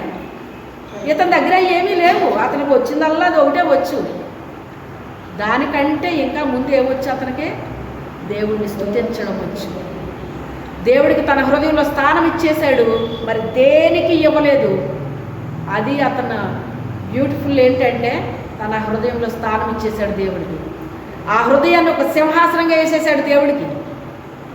మన హృదయాన్ని ఒక సింహాసనంలాగా వేసేయాలి దేవుడికి. సింహాసనం మీద కూర్చోండి ప్రభు అంటే మరి కూర్చోడు ఆయన? నా హృదయమే నీకు ఒక సింహాసనం అయ్యా, ఇందులో కూర్చోను ఆయన అని మన హృదయంలో ఎటువంటి చెత్త చెదారం ఏమీ లేకుండా క్లీన్గా చేసుకుని ఆయన్ని ఆహ్వానిస్తే ఆయన వచ్చి కూర్చోడా? మన హృదయంలో కూర్చుంటాడు కదా. మరి ఆయనే వచ్చి మన హృదయంలో కూర్చుంటే మరి ఇంకేంటండి? ఇంక మనకి భయం ఏముంది మనకి? మనం ఏదికి ఏదొచ్చినా ఆయన చూసుకుంటాడనమాట. ఏమొచ్చినా ఆయన చూసుకుంటాడు. ఆయన ఆహ్వానించాలి మన హృదయంలో. ఆహ్వానించుకున్నాడు ఆయన. మొదట చేసిన పని అదే. అతను హృదయాన్ని ఇచ్చేసాడు దేవుడికి. హృదయాన్ని ఇచ్చేసిన తర్వాత తండ్రి చెప్పిన పని చేస్తున్నాడు, బాధ్యతతో చేస్తున్నాడు. భారంతో చేయట్లేదు, బాధ్యతతో చేస్తున్నాడు. సంతోషంగా చేస్తున్నాడు, ఆనందంగా చేస్తున్నాడు. ఒక ప్రక్కన దేవుడిని కూడా అతను ఏం చేస్తున్నాడు? ఆరాధిస్తున్నాడు, స్తుతిస్తున్నాడు. అభ్యాసం చేసేసాడు. స్తుతించడం అనేటువంటిది ఎలా చేశాడు? అభ్యాసం చేసేసాడు. మందిరానికి వచ్చినప్పుడు ఒక్కసారే కాదండి, మనం ఏ పని చేసుకుంటున్నా కూడా స్తుతించాలి దేవుడిని అని చెప్తా ఉంటాను మీకు. నేను చేశాను ఆ పని. కొంతమంది చెప్తూ ఉంటారు నాతోని, పాటలు పాడుకుంటూ చేస్తానండి పని అని. అప్పుడు మనం చేసే పని ఎంత చేస్తున్నాం మనకు తెలియదు. పని చేసినట్టు అనిపించదు, హ్యాపీగా ఉంటుందండి. పని చేసినా కూడా ఎలా ఉంటుంది? హ్యాపీగా ఉంటుంది. ఎందుకని? ఎనర్జీ వచ్చేస్తూ ఉంటుంది. బూస్ట్ తాగారు ఎవరన్నానే? బూస్ట్ తాగితే ఎనర్జీ వస్తుందంట కదా. నేను ఎప్పుడు తాగలేదులేండి, దేవుని స్తోత్రం. ఈ బూస్టే నాకు ఎక్కువ, దేవుని యొక్క బూస్టే నాకు నిండిపోతూ ఉంటుంది బాగానే. ఆ బూస్ట్ ఉంటుంది నాకు. అందుకని దేవుడిని ఎక్కువ స్తుతిస్తాను, ఎక్కువ ఆరాధిస్తాను, ఎక్కువ గణపరుస్తూ ఉంటాను. దేవుని వాక్యాన్ని గురించి ధ్యానించుకుంటూ ఉంటాను, ఆలోచన చేస్తాను. ప్రభా ఖాళీగా ఉన్నాను, ఏదైనా చెప్పంటాను. ఇలాగే ఏదో ఒకటి నేను అందులో ఉంటాను అన్నమాట అండి. అభ్యాసం చేసేయాలి. ఇలాంటివి ఏం చేయాలి మనం? పని మానేమని నేను చెప్పట్లేదు. మీ పనులు మీరు చేసుకుంటూనే అభ్యాసం చెయ్యొచ్చు. నేను చేశాను అలాగా, నేను చేశాను. మీరు ఏ పని అయినా చేసుకోవచ్చు, పని మాని చేయమని నేను చెప్పట్లేదు. దావీదు పని మానేసి పాటలు పాడాడా? పాటలు పని మానేసి గొర్రెలు వేపాడా? తన పని తాను చేస్తూనే దేవుణ్ణి స్తుతించాడు, ఆరాధించాడు, గణపరిచాడు. అది తనకు అభ్యాసం అయిపోయిందండి.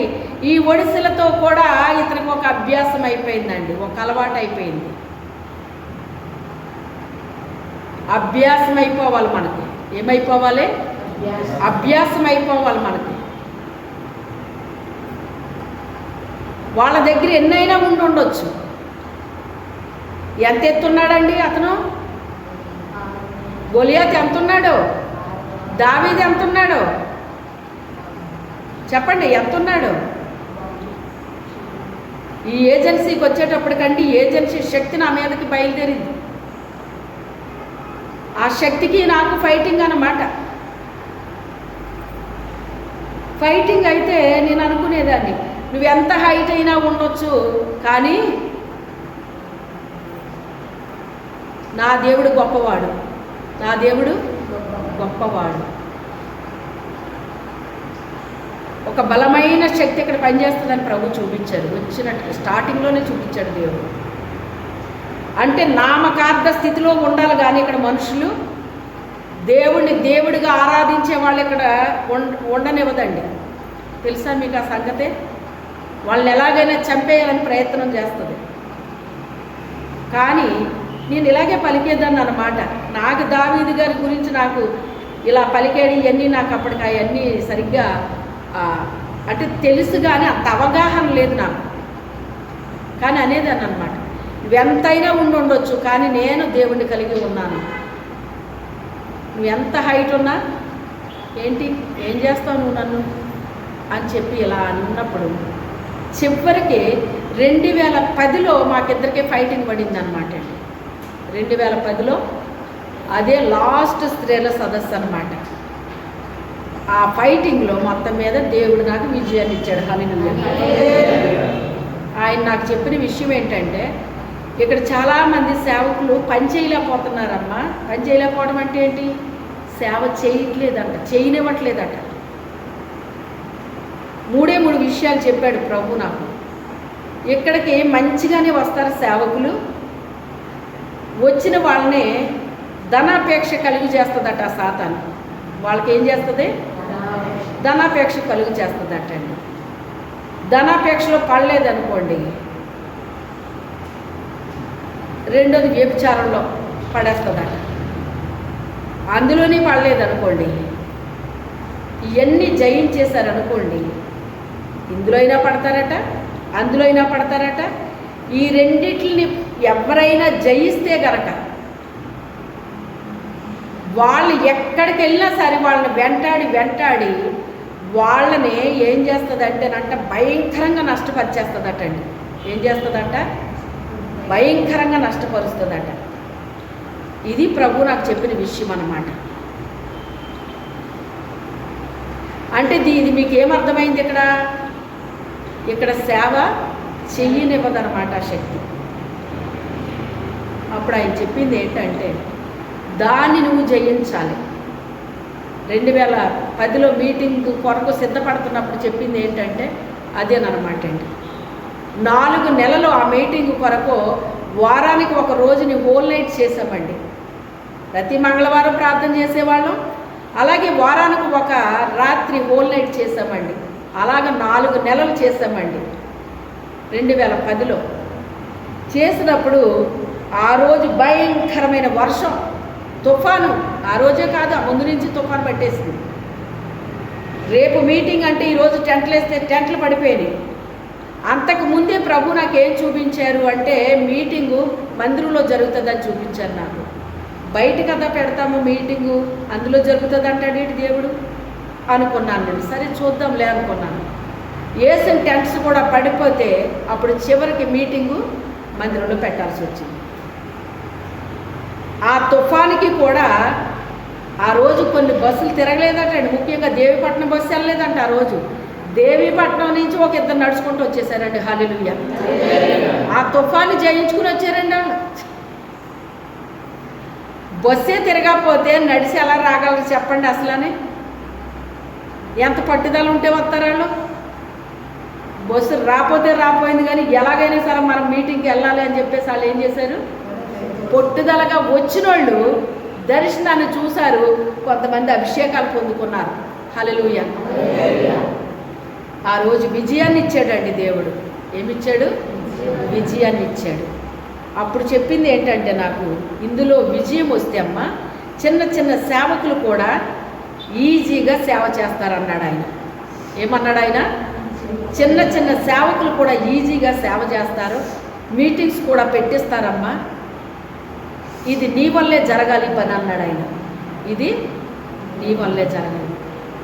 ఇప్పుడు ఎంత ఈజీగా చెప్తున్నాను, కానీ ప్రభు నాకు అప్పుడు చెప్పినప్పుడు అంత ఈజీగా లేదు నాకు. అది ఒక యుద్ధ రంగంలో నిలబడేటప్పుడు విజయం వస్తుందో అపజయం వస్తుందో తెలుస్తుందా మనకి? అది ఏమైనా చిన్న పని? అది ఆకలేసేది కాదు, నిద్ర వచ్చేది కాదు, కన్నీరు కన్నీరు కన్నీరు. ఎందుకు అంటే ప్రభువా నీకు విజయమే తేవాలి, కానీ నీకు అపజయం నేను తేకూడదు. ఇది అనేక సేవకులకి సంబంధించింది అంటున్నాను. సేవకులకి విజయం తీసుకొచ్చినట్టు అన్నమాట. ఇప్పుడు విజయం వచ్చిందనుకోండి, సేవకులకి విజయం తెచ్చినట్టు మనం. వాళ్ళు చక్కగా చేసుకుంటారు, వాళ్ళ పనులు వాళ్ళు చేసుకుంటారన్నమాట. వాళ్ళు చేయలేకపోతున్నారు. చేయాలని ఆశ ఉన్న వాళ్ళు ఏం చేయలేకపోతున్నారట? సేవ చేయలేకపోతున్నారు. మీటింగ్స్ పెట్టాలని ఆశ ఉండదు, పెట్టలేకపోతున్నారు. ఇది పరిస్థితి వాళ్ళదే. కానీ ఇందులో జయం వస్తే తప్పకుండా పని జరుగుతుందమ్మా. ప్రభువా నీకు జయమే తీసుకురావాలని నాకు ఉంది నాయన. జయమే రావాలి తండ్రి, కానీ నేను జయం తీసుకురాగలను. ఇంత పెద్ద బాధ్యత నాకు ఇటు ప్రభు, ఇంత పెద్ద బాధ్యత నేను చేయగలను. చేస్తే మంచిదే, కానీ నేను చేయగలనా ప్రభు? ఈ పని అప్పగించావు నాకు అని 4 నెలల్లో కూడా నేను కళ్ళ నీరు అలాగా కారుస్తూనే ఉండేదాన్ని అన్నమాట. నిద్ర వచ్చేది కాదు నా ప్రార్థన. భోజనం తినలేకపోయేదాన్ని. కడుపు నిండా ఎప్పుడు తిన్నాను అంటే ఆ విజయం వచ్చిన రోజుని తిన్నానండి నేను. ఆ రాత్రి నాకు నిద్ర రాలేదు. ఎందుకో తెలుసా? ఆనందం, సంతోషంతో, ఆనందంతో సంతోషంతో. విజయం ఇచ్చావు తండ్రి, నీకు స్తోత్రాలు. ఆ రోజు చాలా ఘనముగా ఆశీర్వాదకరంగా దేవుడు ఆ మీటింగ్ జరిగించాడు. అప్పుడు వెంటనే మీటింగ్స్ స్టార్ట్ అయిపోయినాయండి. సేవకులు స్టార్ట్ చేసేసారు. తర్వాత కొత్త సేవకులు లేచారు, సేవలు చేయడం ప్రారంభించారు. చిన్న పెద్ద సేవకులు స్టార్ట్ అయిపోయారు. ఆ రీతిగా జరిగిందండి. అంటే అక్కడ అంతమంది యుద్ధాభ్యాసం చేసిన వాళ్ళు ఉన్నారేమో కానీ, ఆయుధాలు ధరించిన వాళ్ళు ఉన్నారేమో కానీ, ఏమి లేదు వాళ్ళ దగ్గర. వాళ్ళ దగ్గర లేని అతని దగ్గర ఉంది. అది వాళ్ళ దగ్గర ఆయుధాలు ఉన్నాయి, యూనిఫామ్ ఉంది, అది చూపించారు ప్రభు. మరి ఇతనికి యూనిఫామ్ ఉందా? అప్పటికి ఏమీ లేవు ఆయనకి. ఈయన దగ్గర ఉన్నది వాళ్ళ దగ్గర లేదు, వాళ్ళ దగ్గర ఉన్నది ఈయన దగ్గర లేదు. వాళ్ళ దగ్గర ఉన్నది పనిచేయలేదు కానీ ఇతని దగ్గర ఉన్నది పనిచేసింది. హల్లెలూయా.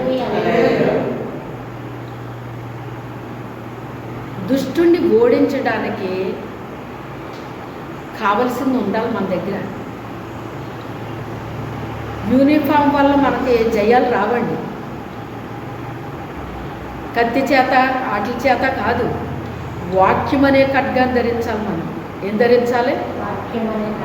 వాక్యం అనేటువంటిది ఒక ఖడ్గంలాగా మన హృదయంలో ఉండాలట.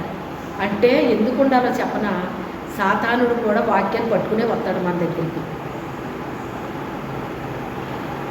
చూడండి, జ్ఞానులు బయలుదేరి వెళ్ళినప్పుడు ఎక్కడికి వెళ్ళిపోయారు? వాళ్ళ జ్ఞానం చెప్పుని హేరోదు దగ్గరికి వెళ్ళిపోయారు.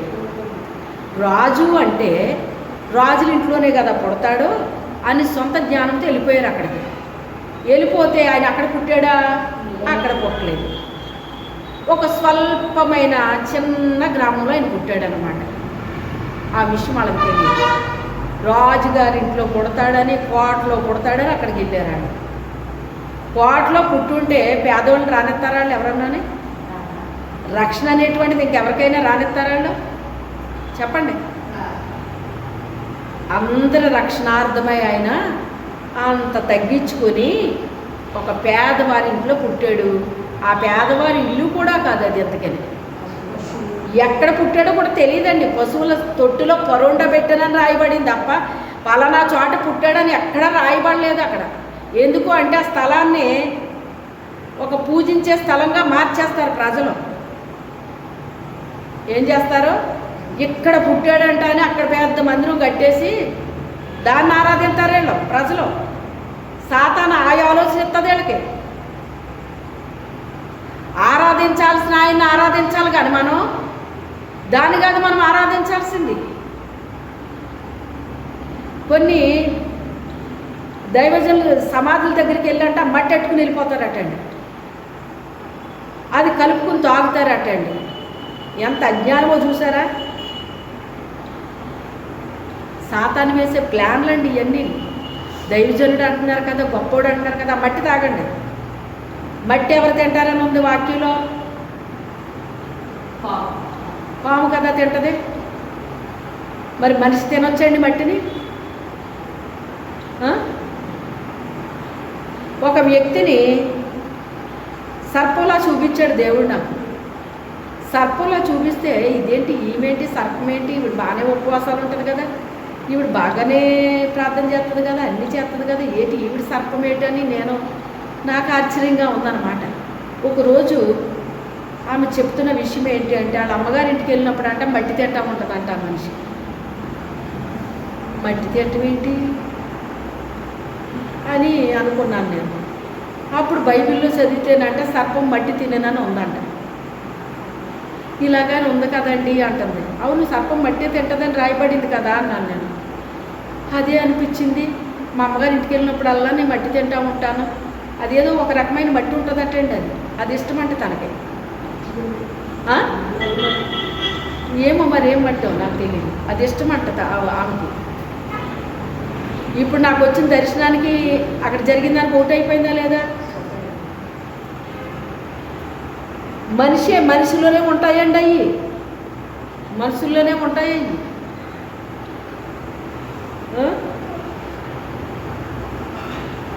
అందుకే వాక్యం వాడు చెప్పగలడు, వాక్యము వాడు చెప్పగలడు. కాకపోతే రక్షణ రాదాళ్ళకి అంతే తేడా. ఏం రాదు? రక్షణ పొందరు.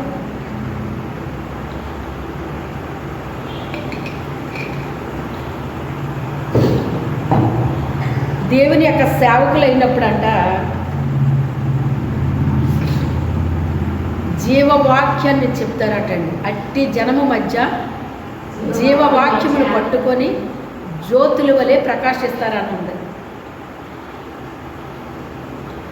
బుద్ధిమంతులైతే మీరు ఆకాశ మండలంలో ఉన్న జ్యోతుల వలె ప్రకాశిస్తారని ఉంది. అట్టి జనం మధ్య, ఏ జనం మధ్య?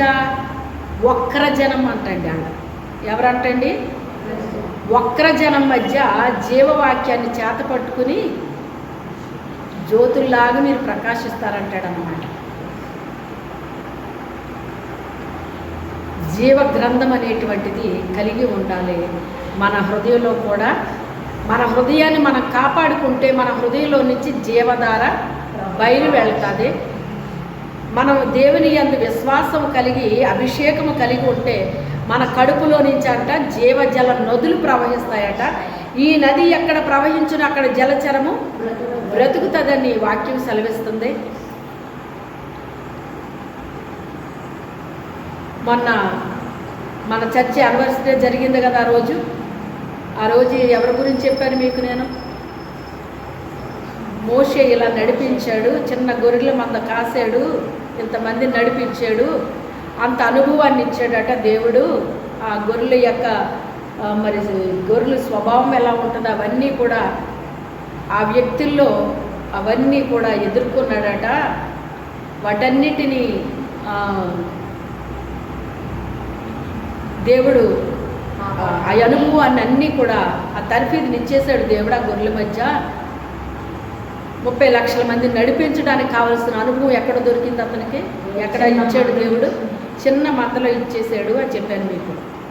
ఆ సాయంకాలం మీరు వెళ్ళిపోయారు. వెళ్ళిన కాసేపటికి ఓ పావు గంటకో ఎంతకో 2 పాస్టర్లు వచ్చారన్నమాట. ఎందుకంటే గత సంవత్సరం ఇక్కడికి వచ్చారట మన దానికి. ఆ రోజుని క్రిస్మస్ యానివర్సరీ కలిపి పెట్టాం. పోయిన సంవత్సరం ఎంతమంది గుర్తుంది? ఈరోజు ఇది కదా, ఏదో జరిగే ఉంటుంది ఇక్కడ అనుకుంటున్నారు గోపాలు. ఇలా వెళ్తా వేరే ఊర్లో ఏదో ఉందంట ప్రార్థన, ఒకసారి అమ్మగారిని కలిసి వెళ్దాం, ఈరోజు ఏదో జరిగే ఉంటుంది ఇక్కడ అనుకుంటే ఇక్కడ ఆగారన్నమాట. వచ్చారు, కాసేపు మాట్లాడటమే ఉందే తెలుసు కదా మీకు. వాళ్ళు ఏ ఉద్దేశంతో వస్తారో ఆయనకు తెలుసు కానీ నాకు తెలియదు కదా.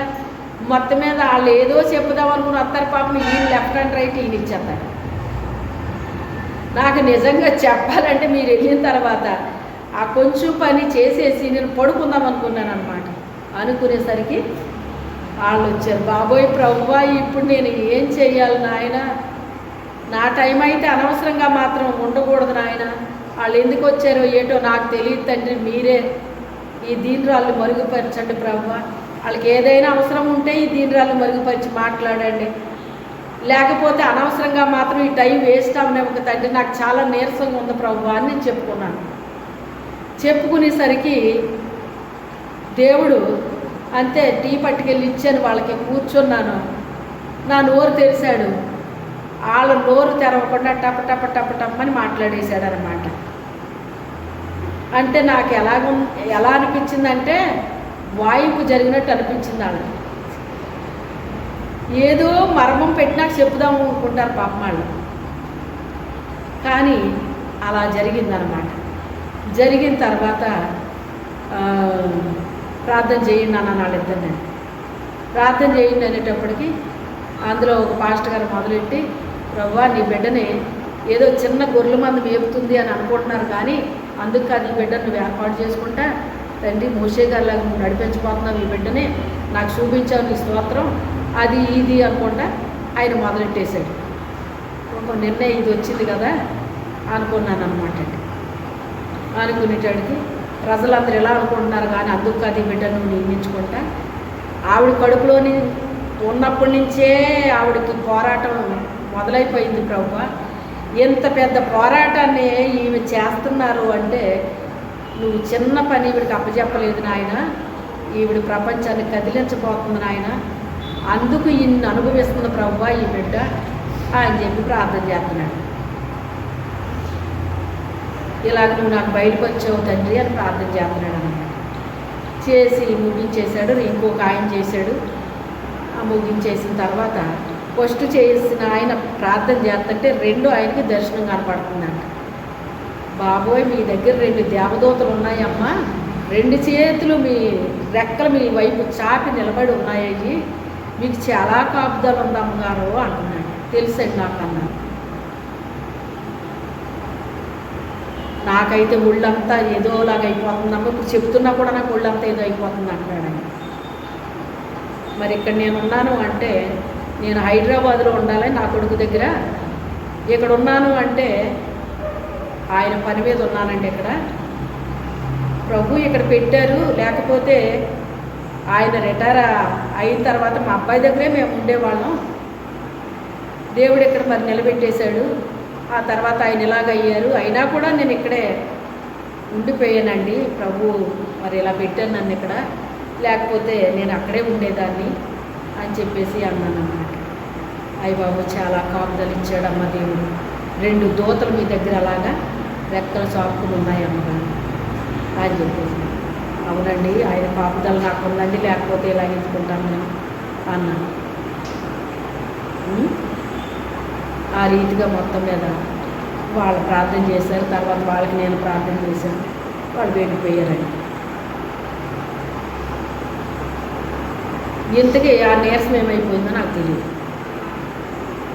ఏమైంది? ఆ వచ్చిన వాళ్ళ కోసం తన శక్తితో నన్ను నింపుతాడండి దేవుడు. అంతసేపు నేను ఎక్కడ మాట్లాడతాను చెప్పండి, అంత నీరసించిపోయిందాన్ని. ఆ శక్తితో నింపేస్తాడన్నమాట అండి. వాళ్ళతో ఆయన మాట్లాడాలనుకున్నప్పుడు తన శక్తితో నింపేస్తాడన్నమాట అండి. అప్పుడు తర్వాత ఆ నైట్ ప్రభు నాకు బయలుపరిచింది ఏంటి అంటే, అందులో ఆ మొదటి సేవకుడు రకరకాల రూపాలు మారుతున్నాడమ్మా డబ్బుల కోసం అన్నాడు. చూసారా ఏం చేస్తున్నాడట? ముఖం మారిపోతుంది అతనికి. ఓసారి ఒక రకం చేస్తున్నాడు, ఇంకోసారి ఇంకో రకంగా మారిపోతుంది, ఇంకోసారి ఇంకో రకంగా మారిపోతుంది. అంటే తన ముఖాన్ని ఏం చేస్తున్నాడు? ఇప్పుడు ఇది సేవ అని ఒక రకం చేస్తున్నాడు, మళ్ళీ అందులో వర్కౌట్ అవ్వలేదు అనుకోండి మళ్ళీ ఇంకోటి అంటున్నాడు, అది అవ్వలేదు అనుకోండి ఇంకోటి అంటున్నాడు. ఈ రకంగా చేస్తున్నాడమ్మా అని చెప్పేసి ప్రభు చూపించారన్నమాట. ఏంటి ఎలాగొచ్చింది ఏంటి అని ఆలోచిస్తే తర్వాత ఆ అర్థం నాకు చూపించాడు పరిశుద్ధాత్మ దేవుడు. అంత ఘాటుగా ఎందుకు వచ్చిందో నాకు అర్థం అవ్వలేదు సంగతి ఇదన్నమాట. ఘాటుగా దేవుడు సేవకులతో మాట్లాడుతున్నాడు అంటే ఎందుకు మాట్లాడతాడు? ఆయన ఎవరికాయ అధికారం ఇచ్చాడో వాళ్ళ దగ్గరే పని జరుగుతుందండి, వాళ్ళనే ఉపయోగిస్తాడు. ఎవరు పడితే వాళ్ళు మాట్లాడితే మీరు పని అవుతుందండి? పని అవ్వదు. వంగరు కూడాని, మాట వినరు కూడాని. బాగా ఇచ్చి పంపించాడు అన్నమాట ఆయన. ఆ జీవాహారము నేనే అన్నాడు, నేనే జీవాన్ని అన్నాడు. మనకు జీవాన్ని ఇవ్వడానికి వచ్చాడట, సమృద్ధి జీవాన్ని ఇవ్వడానికి వచ్చాడట. జీవం పొందుకున్న మనము మనలో నుంచి ఆ జీవం బయలు వెళ్ళాలండి. ఏం చేయాలి? మనలో నుంచి ఆ జీవం బయలు వెళ్ళాలి. మన మాటలు వింటున్న వాళ్ళలోకి జీవం వెళ్ళాలి. అదే జీవవాక్కు.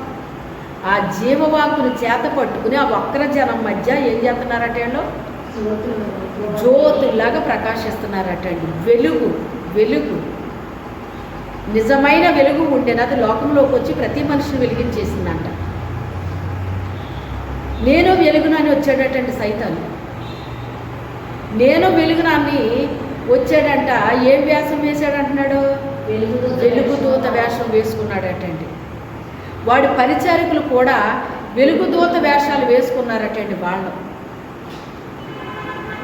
దేవుని యొక్క సేవకులకి వెలుగుదూత వేషాలు వేసుకునే అవసరం ఉందంటారా? నిజమైన వెలుగుకి వేసుకునే అవసరం ఉందా? ఇప్పుడు ఈ ట్యూబ్ లైట్ ఉందమ్మా, ఇది వైట్గా వెలుగుతుందండి. దీనికి కలర్ పేపర్ ఏదో ఉంటుంది కదా, అది కట్టేసామనుకోండి ఏ కలర్లో కనబడుతుంది? అది దాని ఒరిజినల్ ఏంటి? వైట్. కానీ ఆ ఎరుపో లేకపోతే ఆకుపచ్చో ఏదోటి మనం కడితే ఏ కలర్లో కనబడుతుంది? అది కనబడుతుంది. అలాగే ఒకవేళ వైట్ రంగు వేసామనుకోండి, అది లైట్ లాగా కనబడచ్చు, కానీ అందులో వెలుగుందా? లేదు. మనము చూడండి, నైట్ టైం ప్రయాణం చేసామనుకోండి, సహజంగా మీరు బస్సుల్లో కానీ కారులో కానీ వెళ్ళినప్పుడు వచ్చినప్పుడు నైట్ టైం చూడండి, మనకి కొన్ని లైట్లా కనబడతా ఉంటాయి, దారి పక్కన ఉంటాయి. తీర దగ్గరికి వస్తే అది లైట్, అది ఎందుచేత వెలుగులా కనబడుతుంది మనకు? అది రేడియం ఏదో అంటారు దాన్ని. అది లైట్ కాదు, అది దాంట్లో కరెంట్ లేదు. ఉందా? కరెంట్ ఉండదు, కానీ కరెంట్ లాగా కనిపిస్తుంది అది మనకి. అలాగే లైటు అంటే దానికి ఒక పవర్ ఉండాలి. ఆ పవర్ ఎవరు అంటే దేవుడు. నేను దహించి అగ్నినై ఉన్నాను అంటాడు ఆయన. నేనే అంటే ఏంటి? నేను దహించు అగ్ని, నేను రోషము కలిగిన వాణ్ణి. పాపాన్ని సహించలేడాయన, అక్రమాన్ని సహించలేడాయన, దుష్టత్వాన్ని సహించలేడాయన, సాతానికి సంబంధించి ఏది కూడా ఆయన సహించడండి, దహించేస్తాడటండి ఆయన. చెత్త వలె వారిని ఏం చేస్తాను? నేను దహించి వేస్తానంటాడు. అందుకే చెత్త ఉండకూడదు మన దగ్గర, మన లోపల చెత్త ఉండకూడదు. ఇదే నేను చెప్తున్నాను మీకు. ఎంత చెవియొగ్గుతున్నారో నాకు తెలియదు, కానీ చెత్త మాటలు కానీ, చెత్త ఆలోచనలు కానీ, చెత్త చూపులు కానీ, చెత్త ప్రవర్తన కానీ, చెత్త నడవడిక కానీ ఏది ఉండకూడదండి. దహించేస్తాడు ఆయన. అగ్ని ఆయన. దేవుడు అంటే ఎవరో అగ్ని. అందులో పవర్ ఉంది కనుక వెలుగుతుంది. అది పవర్ లేకపోతే వెలగదు. అది పవర్ ఉండాలి. ఆ పవర్కి దానికి కనెక్షన్ ఉండాలి. ఉట్టి లైట్ వెలుగుతుందా? వెలగదు. దానికి కరెంటుకి ఏముండాలి? కనెక్షన్ ఉండాలి. అలాగే దేవుడికి మనకి కనెక్షన్ ఉండాలి. ఉంటేనే మనం వెలుగుతాం, లేకపోతే వెలగం. కనెక్షన్ ఉండాలి. కనెక్షన్ ఉండాలి.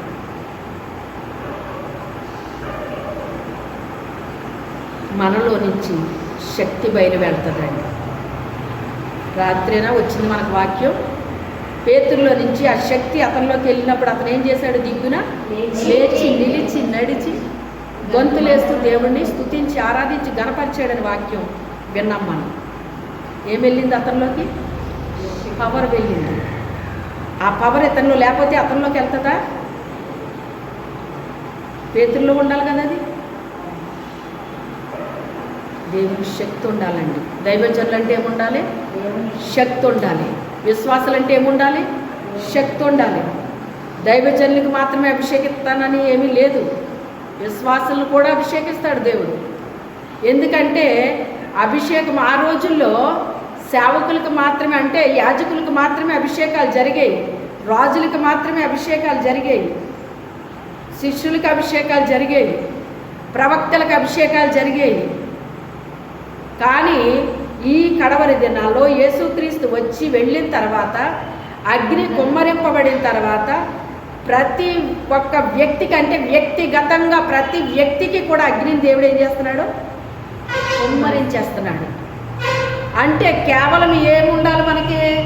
మన ఆత్మలు సిద్ధంగా ఉండాలండి. ఎలా ఉండాలి? దేవుని రక్తంలో కడగబడాలి, ఆత్మచేత నడిపించబడాలి. అభిషేకాలు ఆయన కుమ్మరించేస్తాడండి. వారు సిద్ధ మనసు కలిగి ఉన్నప్పుడు పెంతుకొస్తు అనే పండుగ దినాన్ని కుమ్మరించాడా లేదా? వాళ్ళు 120 రోజులు ప్రార్థనలు చేసినప్పుడు కుమ్మరింపు జరిగిందా? వాళ్ళకి కుమ్మరింపు జరగలేదు. ఎందుకు జరగలేదో తెలుసా? ఏక మనసు రాలేదు వాళ్ళకి. వాళ్ళందరికీ ఏక మనసు వచ్చిన తర్వాత వాళ్ళేమీ ప్రార్థన చేయట్లేదు అభిషేకించు ప్రభు అని, కానీ అభిషేకం ఇచ్చాడు. నేను అభిషేకం అంటే నాకు తెలియదు. ఒకరోజు నన్ను అభిషేకించాడు. ఇలాగ ఆదివారం ఆరాధన అన్య భాషలతో నింపాడు. నాకు తెలియదు అసలు అభిషేకం ఏంటో తెలియదు, అన్య భాషలు ఏంటో తెలియదు, ఏం తెలియదు నాకు. ఆ రోజు నుంచి నా ప్రార్థన మారిపోయింది. ఏం మారిపోయింది? ఒక అధికారాన్ని దేవుడు నాకు ఇచ్చేటప్పుడు. అంత క్రితం ప్రార్థన అలా ఉండేది కాదు. అభిషేకం పొందిన తర్వాత ప్రార్థన మారిపోయింది. అభిషేకంతో కూడిన ప్రార్థన అప్పుడు చేయడం ప్రారంభించాను. జీవం అనేటువంటిది దేవుళ్ళో నుంచి మనకు వస్తుందండి. ఆయనే జీవము, నేనే మార్గము, సత్యమును, జీవమునై ఉన్నాను. నేనే సత్యమును అని చాలామంది చెప్తారు, కానీ సత్యము కాదు. ఆయనే సత్యము, ఆయనే సత్యము, ఆయనే మార్గము. ఆయన మార్గంలో నడిస్తేనే దేవుని రాజ్యానికి మనము ప్రవేశిస్తామండి. ఆయనే జీవము అంటే ఆయన మాటలు మనం వింటే మనలోకి జీవము వస్తుంది. ఎలా వస్తుందటండి? సమృద్ధిగా వచ్చేస్తుందంట. మనం ఎంత ఇష్టంతో దేవుని వాక్యాన్ని వింటామో, చదువుతామో, అంత సమృద్ధి జీవంతో దేవుడు మనల్ని నింపేస్తాడు. నింపబడిన మనము అనేక మందికి మనం చెప్పగలుగుతాం. సమృద్ధిగా నింపబడితే ఏమవుతామండి? మనం అనేక మందికి చెప్పగలుగుతాం. అయితే రెండు వాక్యాలు ఉంటాయి. ఒకటి జీవము కలిగిన వాక్యం, జీవము లేని వాక్యం ఉంది. జీవము కలిగింది దేవునికి సంబంధించింది, జీవము లేనిది దేవునికి సంబంధించింది కాదు. జీవము కలిగిన వాక్యం వెళ్ళినప్పుడు మనిషిని బ్రతికిస్తుంది. జీవము లేని వాక్యం మనిషిని బ్రతికించదు. ఆధ్యాత్మికంగా బ్రతుకుతారు వాళ్ళు. బ్రతకడం అంటే ఏంటి? శరీరానుసారంగా ఎలాగ బతుకుతాం, కానీ ఆధ్యాత్మిక జీవితంలో మనం ఏమనుకోవాలి? బ్రతకాలన్నమాట. జీవాన్ని ఇస్తాడు ఆయన, జీవాన్ని ఇస్తాడు, సమృద్ధి జీవాన్ని ఇస్తాడు. ఆ జీవం మనలో నుంచి అవతల వాళ్ళకి వెళుతూ ఉంటుంది. కొంతమంది ఆత్మీయ జీవితంలో బలహీనంగా ఉంటారన్నమాట అండి. ఎప్పుడైతే వాళ్ళతో మనం మాట్లాడుతున్నామో అప్పుడు వాళ్ళు ఏమంటారంటే, ఇప్పుడు నాకండి ఎంత తృప్తిగా ఉంది. ఆ సేవకులు ఇద్దరు ఏమని ప్రార్థన చేశారంటే, ప్రభువా నీ బిడ్డ దగ్గర తీసుకొచ్చి మాతో మాట్లాడారు, మీకు స్తోత్రం.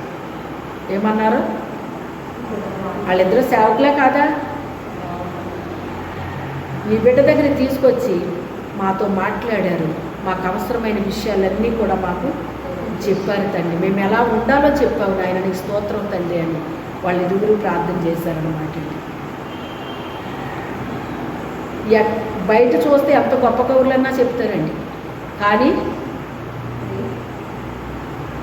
అక్కడ అలా చెప్పనివ్వడు ఆయన. జీవం ఉన్న దగ్గర, సమృద్ధి జీవం ఉన్న దగ్గర ఉట్టిటి కబులు చెప్తే అక్కడ ఏమైనా కుదురుతుందండి? కుదరదు. ఇంకా అదృశ్యంగా ఆయన ఉంటాడు అక్కడ. అర్థమైపోతుంది, వినేవాళ్ళకి అర్థమైపోతుంది, ఇవి ఈవిడి మాటలు కాదు ఇవి అని. వాళ్ళ ఏంటో వాళ్ళకి తెలుసు కనుక, వాళ్ళ ఏంటో వాళ్ళకి తెలుసు, వాళ్ళు ఏంటో ఈయనకి తెలుసు. నాకేమైనా తెలుస్తుందండి? వాళ్ళు ఎందుకు వచ్చారో తెలీదు, వాళ్ళు ఎలా ఉన్నారో తెలీదు, ఏమీ తెలియదు నాకు. కానీ దేవుడు సర్వము ఎరిగిన దేవుడు ఆయన. ఎవ్వరికి ఏది అవసరమో తెలుసు. ఆయన పై రూపమో తెలుసు, లోపల రూపమో తెలుసు, రియల్లో తెలుసు, నటన తెలుసు, అన్నీ తెలుసు అండి. కానీ ఈ రోజున మనం తెలుసుకోవలసింది ఆయన ఎవరో తెలుసుకోగలగను. నేనే మార్గం అన్నాడు. ఆ మార్గంలో మనం ఉన్నామా? నేనే జీవాన్ని అన్నాడు. ఆ జీవం మనలో ఉందా? నేనే సత్యం అన్నాడు. ఆ సత్యం మనలో ఉందా? సత్యం మిమ్మల్ని స్వతంత్రులుగా చేస్తుంది అంటారు. ఆ సత్యం మనలో ఉందా? ప్రార్థన చేద్దాం. మోకరించండి. మీలో ప్రేరేపించబడిన వారు క్లుప్తంగా ప్రార్థన చేయండి.